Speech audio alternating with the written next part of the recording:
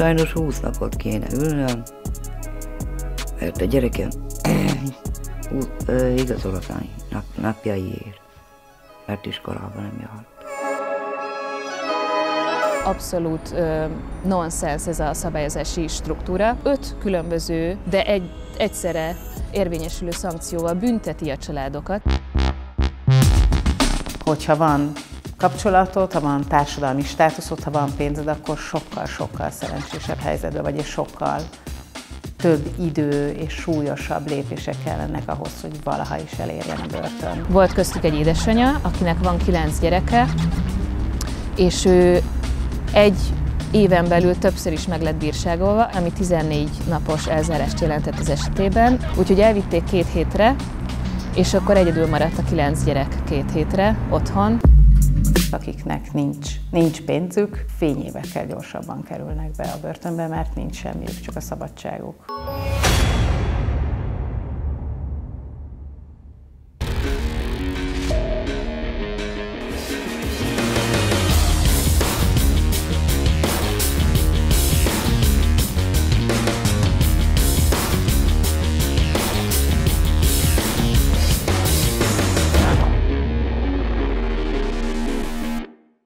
A bűnnek ára van, és így vagy úgy, de mindenki megfizet érte. Akad, aki pénzzel váltja meg a büntetését, akinek meg nincs, azaz idejével.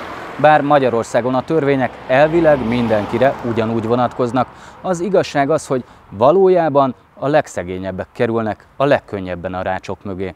És ehhez sokszor még valódi bűnt sem kell elkövetniük, elég csak egy néhány tízezres szabálysértési bírság. Egy borsodi faluban már évek óta azért járnak a szülők börtönbe, hogy leüljék a gyerekeik igazolatlan órái miatt kiszabott pénzbüntetést. Tavaly szeptemberig Magyarországon több mint 3600 esetben összesen 105 millió forintra bírságolták a hatóságok a családokat a gyerekeik ellógott órái miatt, de ennek az összegnek csupán a 40%-át fizették be, ami azt jelenti, hogy a fennmaradó 74 milliót le kellett ülniük. Egy nap a rácsok mögött 5000 forintot ér, vagyis tavaly szeptemberig a számok szerint 14.800 napot voltak börtönben ezek az emberek. Ez itt a Szabadon, a Szabad Európa tényfeltáró műsora.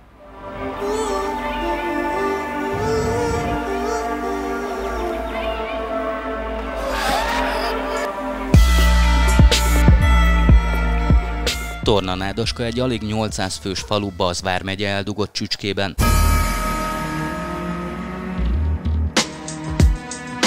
A település különlegessége az, hogy az itt élők nagy része kibejárkál a börtönbe. Na nem azért, mert bűnözők, csak nagyon szegények. Munka nincs, legfeljebb közmunka, az is csak a tucatnyi kiváltságosnak. Bírság azonban jut mindenkinek, kinek ezért, kinek azért. Hát ez nem fel most, hogy így azért kéne ülnöm, hogy most mert nem tudtam kifizetni azt a szoros 40 000 forintot, mert nem volt rajtam szajmaxat, ezt nem helyesnek találom.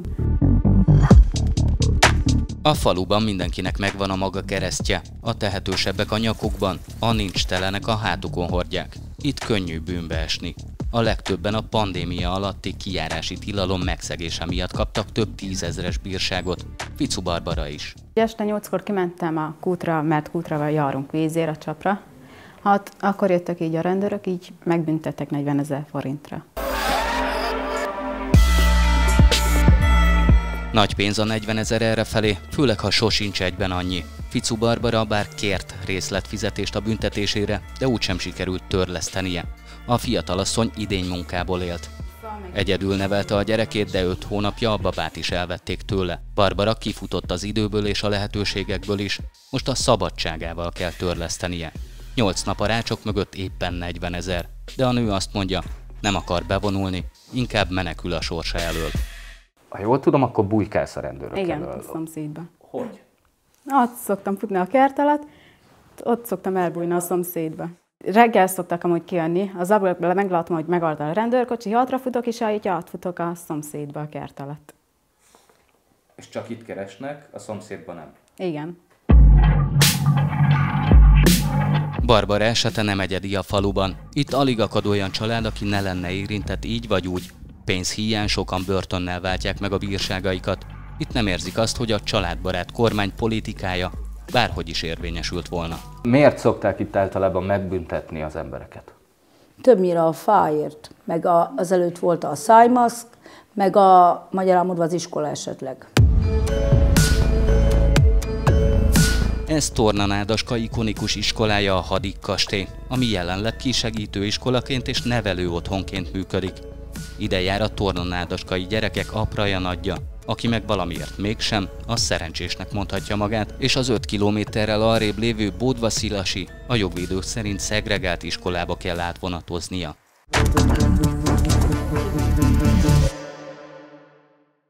Életemben soha nem loptam, még egy tűz alatt se. Nem lopott, nem csalt, mégis börtönbe kell mennie. Az óvodai nevelésben való részvételi kötelezettség és a tankötelezettség megszegése szabálysértés elkövetése miatt 100 000 forint pénzbírsággal sújt. Barbaráéktól néhány házzal arrébb olvasom Ficu Andrásné rendőrségi határozatát. Másodjára már hangosan, mert első olvasatra magam sem hiszem el. Elment ő az iskolába, mert minden reggel felment, de mi azt hittük, hogy az iskolában van, de nem. Gergő 15 éves, a kastélyba jár iskolába. Tavaly decembertől azonban 40 igazolatlan órát gyűjtött össze, mert összejött egy lánnyal. A szülei a papírból tudták meg, hogy mennyit lógott a szerelme miatt. Tornanádaskán és Bodva-Szilason nagy hagyománya van annak, hogy a szülők végül leülik a gyerekeik igazolatlan hiányzásait, mondja Boros Ilona. A TASZ esélyegyenlőség projektvezetője szerint már évekkel ezelőtt felfigyeltek az országban szinte egyedülálló szankcionálásra, ezért ombudsmani eljárást is kezdeményeztek még 2017-ben. Volt köztük egy édesanyja, akinek van 9 gyereke, és ő egy éven belül többször is meg lett bírságolva, egyébként hozzáteszem, ez is jogellenes, tehát egy tanéven belül egyszer lehet ugyanarra a gyerekre ilyen bírságokat kiszabni.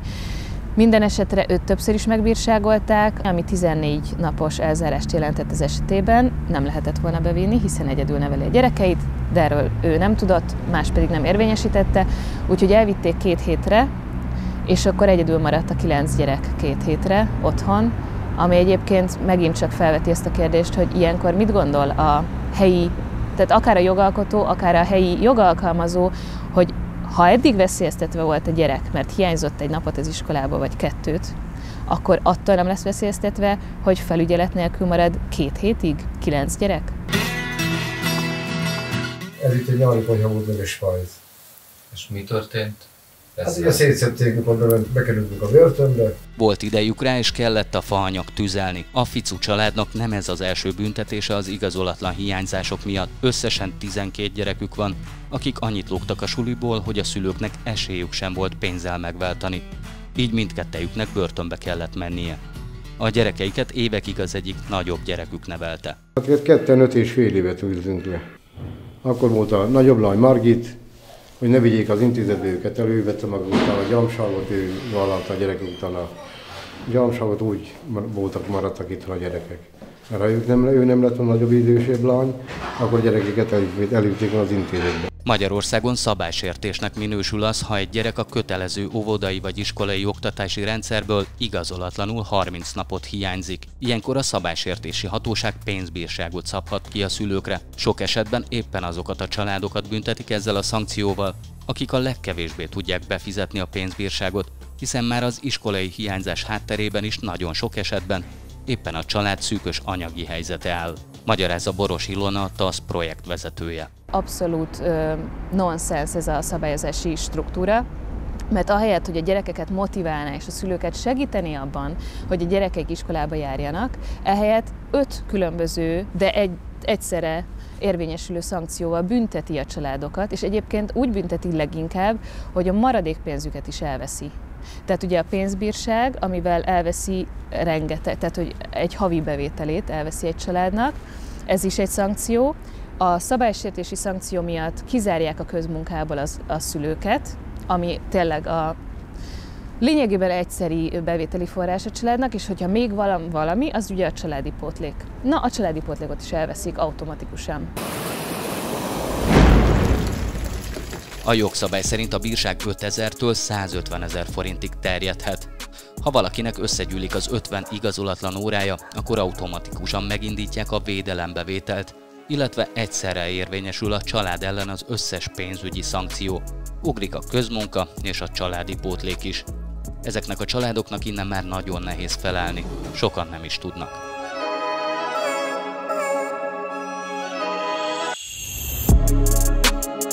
A belügyminisztérium adatai szerint 2017-től folyamatosan emelkedett az óvodai és az iskolai igazolatlan hiányzások miatt kiszabott szabálysértések száma és végösszege. Míg 6 évvel ezelőtt 2256 esetben összesen 30,8 millióra büntették a szülőket, 2022. augusztusáig már 3684-szer tették meg ugyanezt a hatóságok, és a ceh 105 millió forint volt, amiből 31 milliót fizettek be. Igazságosnak igazságos a rendszer, de könnyen kijátszható.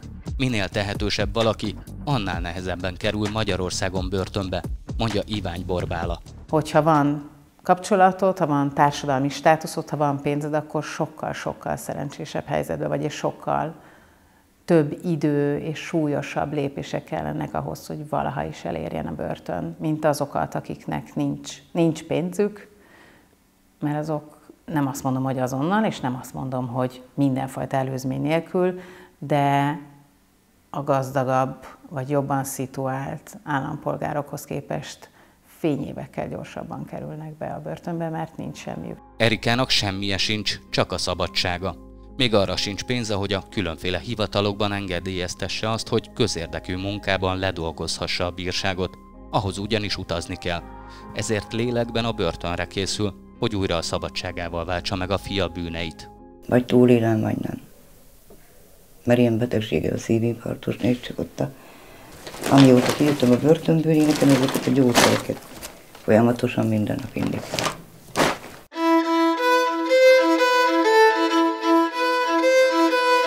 Tornanádoska nem csak azért különleges hely, mert az emberek úgy járnak a börtönbe kibe, mint más a templomba, hanem azért is, mert a 800 falubelire 10-12 olyan ember jut, akik az egyik kezükkel adnak, a másikkal pedig még többet elvesznek. Ők a nyomor vámszedői, vagyis az uzsorások. Hát nézd, a következőt tudom ezzel kapcsolatban elmondani. Mindig is elmondtam, hogy jogállamban élünk, és a jog az gyakorlatilag vonatkozik ugyanúgy a rómaiakra is. Ő Tornanádoska polgármestere Beri Tamás, akit mindenki csak Tamónak hív. Ő meg a romákat a rómaiaknak. A férfit 2011-ben őrizetbe vették uzsorázás miatt, és bár végül azért nem ítélték el, de 6 rendbeli közokirat hamisításért igen. Legutóbb 2019-ben választották meg a falu első emberének. Azt mondja, családok mennek tönkre a szabálysértési bírságok miatt Tornanádoskán, de ha ő nem lenne, még rosszabb lenne a helyzet. Ülnének, ha én nem segítenék rajtuk. Tehát nagyon sok olyan embernek van, illetve a tavalyi évben is bementem Miskolcra, és akkor kifizettem helyettük a büntetést, vagy éppen most már ugye jönnek a rendőrök, van annyira toleránsak, és akkor megállnak, és akkor megkérdik, hogy van egy ilyen büntetése, hogy a polgármester segít-e kiegyenlíteni ezt a tartozást, és akkor természetesen mondom, hogy de, tehát mutatok hajlandóságot. De ezt hogy zsebből, vagy az önkormányzat Nem, ez zsebből. Tehát ezek zsebből mennek, itt nincs arra lehetőségben, hogy akkor itt be kell adni neki egy kérelmet, nem tudom, a kutyafüle testületől is, tehát ez egy hosszú folyamat, itt az ember csak zsebből tud segíteni, ami természetesen, de nem volt ezzel probléma, mert mindig visszaadta a köszönettel, úgyhogy én azt gondolom, de egyébként lenne elég sok, ha ebben a formában mondjuk én nem lennék toleráns. Tehát ön meghitelezi az ő szabálysértési bírságukat, hogy ne vigyék el őket a börtönbe? Így, ahogy mondja.